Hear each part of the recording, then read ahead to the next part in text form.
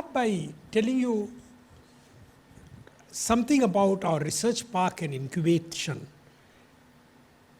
Why we went about doing it, what is something different about it, and what are we trying to do. If we go way back to 1950s. The government of India at that time set up 5 IITs. And if you look at the founding resolution, the term used that these 5 IITs should be a cornerstone in building the industrial, scientific, and technological edifice of the nation. That was clearly the goal for IITs. And IITs were made autonomous, funded very handsomely, and said, you need to build the industrial, scientific, and technological edifice of the nation. If I look back, what did IIT do? Well, IITs did well. Very soon, by 70, 75, it trained the best undergraduate students in the world. And they went all over and made a mark. India started getting known because of undergraduates going to IITs. And today, if you look at the CXOs in Silicon Valley, a third of them will be students of IIT. That was the beginning. Soon after, the gear changed in late 70s and 80s. Suddenly the focus was on masters. And we started producing the best master student in the country, not just in the country, but amongst the best in the world. And they stayed in India by and large. And you soon started seeing, you go to a CXO, go to any industry in India, one of the CXO will be from IIT. And even you go to a small town where there is an industry and you go there, oh, the CTO is from IIT or CFO is from IIT or CEO is from IIT. Then again, gear changed in 90s. 90s we started producing some of the best PhD students. And if there is a educational institute of repute, tier 2, tier 3 colleges, private engineering colleges or state engineering colleges, you go to the faculty and you'll find enough PhDs from IIT. They started running this educational institute, shaping this educational institute, and helped create 1 million young engineers per year. And it is the 1 million young engineers per year with all its strengths and faults which are really building the nation. And I built the industry over the last 30, 35 years. If you look at it, these engineers graduating from India, from tier 2 to tier 3 colleges played a great role. But the question that sometimes used to be asked to me, did we fill the original mission and did IITs become the cornerstone in building the industrial, scientific and technological edifice of the nation? I'll say no. And because we are importing every technology, I don't know, maybe even this we are importing, even the mic. I don't know, we can check it out. But certainly my laptop is imported, my cell phone is imported, almost everything is imported. Or imported technology is assembled here. Our industry is importing technology. What is IIT doing? And that change started happening in the turn of the century. In the turn of the century, many of us who understood this and were at faculty at IIT started saying, no, this is not enough. Now we need to do lot more industry-academia collaboration and do the technology development for the next generation, for the industry. And wherever industry is not willing to take risk, we do a startup. So both the industry-academia collaboration and innovation and entrepreneurship went on together. And that is what IIT Madras Research Park and Incubation Cell is. With that goal, we decided in 2008 to set up the Research Park and the Incubation Center. And that's what we have been doing. And I'll say we have done well. Country has still not done well. That's a different matter. We have done well. Since we are going to help startup, we said we should also be like a startup. So therefore, seed funding can come from government and alumni, but the rest we have to stand on our own feet. And what we did is that we did get about 100 crore rupees as grant, but 400 crore rupees we borrowed from banks. We built this whole campus. And we started setting up, helping R&D companies to set up their R&D in this place. But one requirement, this is not a real estate place. When you come here, you have to do R&D collaboration with IIT. In fact, we went and created a system that for every 1,000 square feet, you need to do 150 credits from IIT every year, otherwise you move out. So that started industry academia interaction. And at the same time, we set up our incubation center. So if the industry is not willing to take a very breakthrough technology, create a startup. And we have created 250 startups. And probably there is a unique record that in 10 years, we have created 250 startups and 85% of our companies are doing well. Normally, 70% fail. We are just probably lucky or the right atmosphere. And we are suddenly find that the value of our 250 startup is 30,000 crore rupees. And we have small shares between 0.1% to 1%. At the time of starting, we take 2 to 3%, and we have been doing well. We don't take money from government or IIT from anywhere. We never got money. We got some small money, very small money. We are also independent. So the most important thing is independence. We run the place with a very strong board. The board is the top industrialist. M.M. Murugappan, Chris Gopalakrishnan, Gopal Srinivasan, Ramraj, people like them. But with a very strong governance, but independent. It is not dependent on government or I will say financially even IIT. We leverage IIT and then actually drive this whole innovation and incubation. That's what we have been doing. So we did very well. Our board was also quite happy for what we did. But the board sort of said this you did in 10 years. And many of the board members said that when you started and tried talking about it, none of us believed that you can do this. Today you have shown that you can do it. But what will you do for the next 10 years? And I sort of said, well, I'm getting slightly older. They said, well, doesn't matter. I think you take a 10x goals. I said, I may not last for 10 years. It doesn't matter. Do it for 5 years. Take up 10x goals. And say this time, you have to really do what the original founders wanted and take the country to a different level.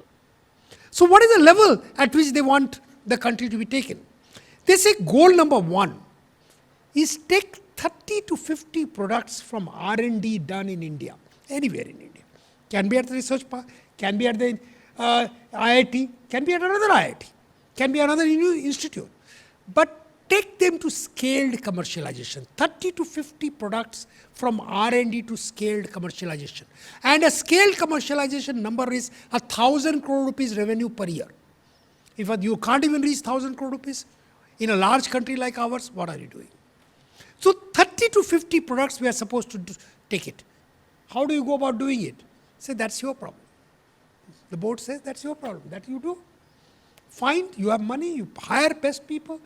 Anybody you come across, push them, do or die.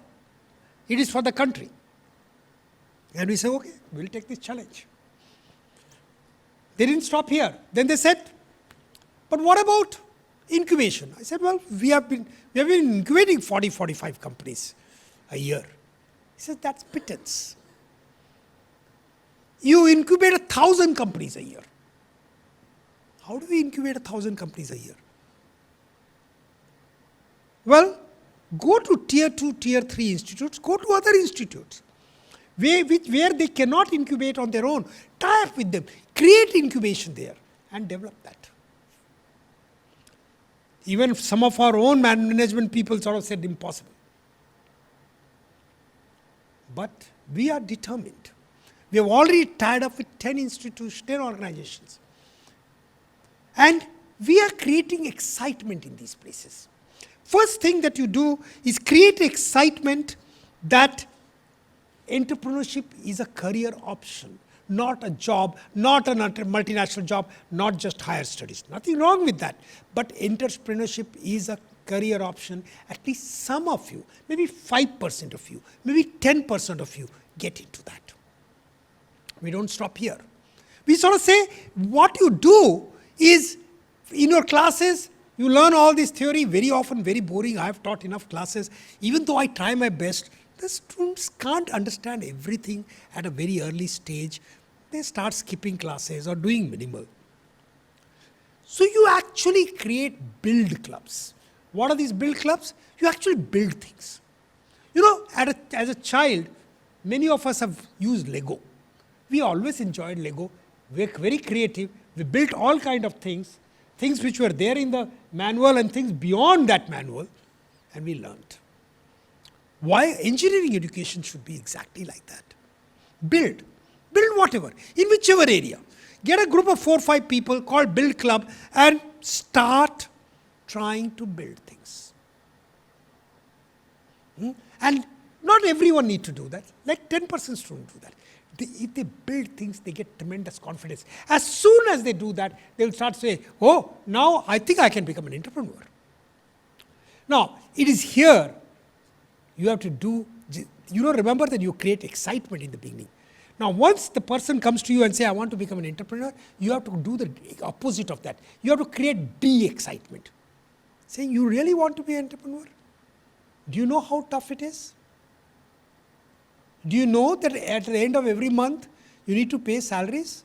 After all these many years, Vishwanathan still struggles. Do you really understand cash flow? Do you know what a product is? Do you know how to sell? Do you know whether the product will find a market? Will the product have enough margin? We look at every aspect of business and initially try to almost scare them. Fortunately, many of them will come out and say, sir, all right. We ask them, do you immediately need money? Next 3 years, you will not get any money. And you have to still support others. How you do it is your business. That's what entrepreneurship is. Same thing that my board tells you. How do you reach your 10x goals is your business. So that's what we have to tell the entrepreneur. And the entrepreneur is still willing to jump. Some will jump. Then you nurture them by doing all the right thing. And then, if they are willing to work hard, they are willing to do, success and failures is theirs. But, well, I'll say failures is as much ours. We have to somehow nurture them. Success is theirs. That's all I can say. And there have been many, many successes. I tell this story about, there were 2 young kids, 22-year-old, just graduates, working in my lab. They were working with me. I was giving them some 12,000 rupees per month, 9 years back. And they started talking to me, say, sir, they want to start doing a startup in medtech area. I said, go ahead, do that. They started doing something. I said, do part-time initially, then go straight full-time. They started doing something, they tried something, failed there, they tried something else, failed there, then tried something else. Then they said they are ready, they want to now quit job and start. So fine, we will incubate you. We'll even buy some shares of yours, 400 shares, 4,000 rupees we gave them. We have got them some little bit of grant and all that. That's all. A month back, I got a mail. The mail said, sir, now we are in this 4th round of our investment, and the investors are saying, retire those early investors who came in. So you are also the small investors. Can we buy back your shares? Can you sell your shares? And for this 4,000 rupees that you have invested, we will give you 1417.6 lakhs rupees. When I saw that, is it real? Am I reading wrong? Something gone wrong with my glasses? I took my glasses out, rubbed my lenses, saw that it was 1417.6. I asked my colleague to come and read. We invested 4,000 rupees.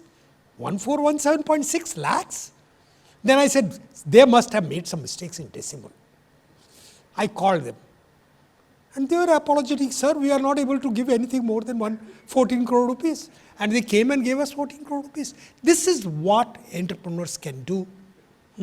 They create value. It is they who do it. We are very strict with them. No nonsense in the beginning.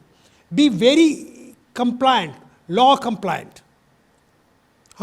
Do everything right, succeed. That is what, and it doesn't matter if you fail. If you fall down, get up again next morning and start again. You fall down again get up. This is the first lesson that we do. Are you prepared to fall down and get up? If you are not, entrepreneurship is not. The number of setbacks that will go, in this research park I saw, every few weeks, you get a setback. Can't sleep. But next morning, like a true entrepreneur, you get back and say, okay, every problem is solvable. That is what you need to do. So that's what we do and we are committed to do 1,000 incubations a year, and we'll get there. There is no ifs and buts. By 2030. That's our goal. We'll get there. Goal number 3. They say, we are now graduating, the board told me, we are graduating 1 million engineers. But if I look at Indian industry, the best people there are not the best in the world. Not in top 1 to 2%. So they dumped that also on the research park, saying, you are in the right position. You create 500, we employ about 1,500 people, fresh engineers every year, either in the industry which stays here, or the centers, or startups, or as the project staff. Say, and the numbers will go up to 2,500. They said 20% of them, 500 of them, make them the world's best engineer, top 2%. Motivate them, reignite their dream. They are good as a school student. They somehow lost their dream. They wanted to become a good engineer, good scientist, lost their dream during their college. Reignite their dream, push them, give them the challenging environment, let them become the top engineer in the world, top 2%. And if you do it at 500 level, others will also do it. Our industry will be full of top engineers. And we said, well, I know if I ask you how to do it, you will say it's your problem. So I will not even ask you. By now we have learned. They didn't stop here. Say goal number 4. There are very few areas where India is known to be amongst the world's best. Very few technology areas. So they said, in 5 areas, you become the world's best. How do you become the world's best? Again, your problem. 5 areas you choose. Become the top 1, 2, 3. They said not necessarily number 1, but 1, 2, 3. Well, we took up the challenge. The first area that we chose was net zero. How do you drive India to become net zero at the earliest? Can we be the number 1, 2, or 3 in the world doing that? Because it's such an important problem for the whole world, for India. Particularly the poorest will be most affected as the global warming takes place. We already saw it in Chennai in November when the rains took place. Little heavier rain than usual.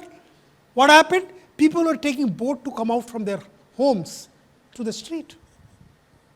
And the poorest are even more affected. Can we become amongst the leaders? Can we really solve our problem? Don't talk about what the world is doing. Fine, we'll borrow whatever is there. Can we become the world leader? And we say, yes, this is one area we will become the top leader by 2030, 2031.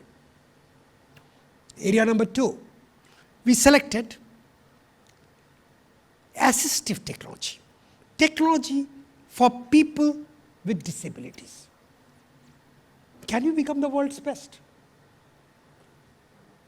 we have such a large number of engineers. Can we put 50,000 people to build devices which are the world's best devices for people with handicap, all kinds of things? Can we do that? And not just for India, for the world. I say, yes, it's worth challenge, worth taking. Last week, we selected the third area, fintech, financial technology. Fintech for inclusion, not any fintech. There are enough companies doing fintech for people like us who have money. But 85% of India's household has income less than 25,000 rupees per month. When I saw this number, I couldn't even believe that. Less than 25,000 rupees per month household income, 85% of families. Who does fintech for them? And therefore we defined fintech for them, fintech for inclusion. And we are lucky. When we started looking at this problem, we found some of the best fintech for inclusion work is going on at IIT Madras Research Park. We have Dwara Trust, created 10 companies. It used to be IFMR. I used to be on their board.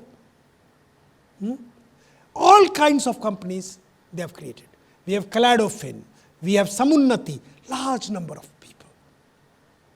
I say this is the area we have enough talent. There are a number of faculty who are very good at this. And I am myself passionate on this. Why can't we take theirs up? Area number 4 and 5, we'll choose. We'll choose, just like we have got 3, we'll get there. This is a question sometimes is asked, can you do this? And there are no-sayers even amongst my own people who say, no, it cannot be done. Well, even research park people said cannot be done. Cannot be done. There are enough people who only create problems. So that's all right. Let them do that. Anything gets done when you start believing that it can be done. And do whatever possible to get there. It doesn't matter if you fail. Particularly if the goal is for the society, for the nation, and not necessarily only for yourself. The other thing that I have found, that when you have there is a famous Hindi film dialogue, जब किसी चीज को शिद्दत से चाहो तो सारी कायनात उसको तुमसे मिलाने की साजिश में लग जाती है. It's a very, very interesting dialogue. It says when you really, really want something, desire something from deep from your heart, then the whole universe, in fact, kainat is more than universe, starts conspiring to try to get you there. That's all I believe in. And therefore, our task, like Bhagavad Gita has taught us, our task is have to do karma. The rest is up to the God. Thank you.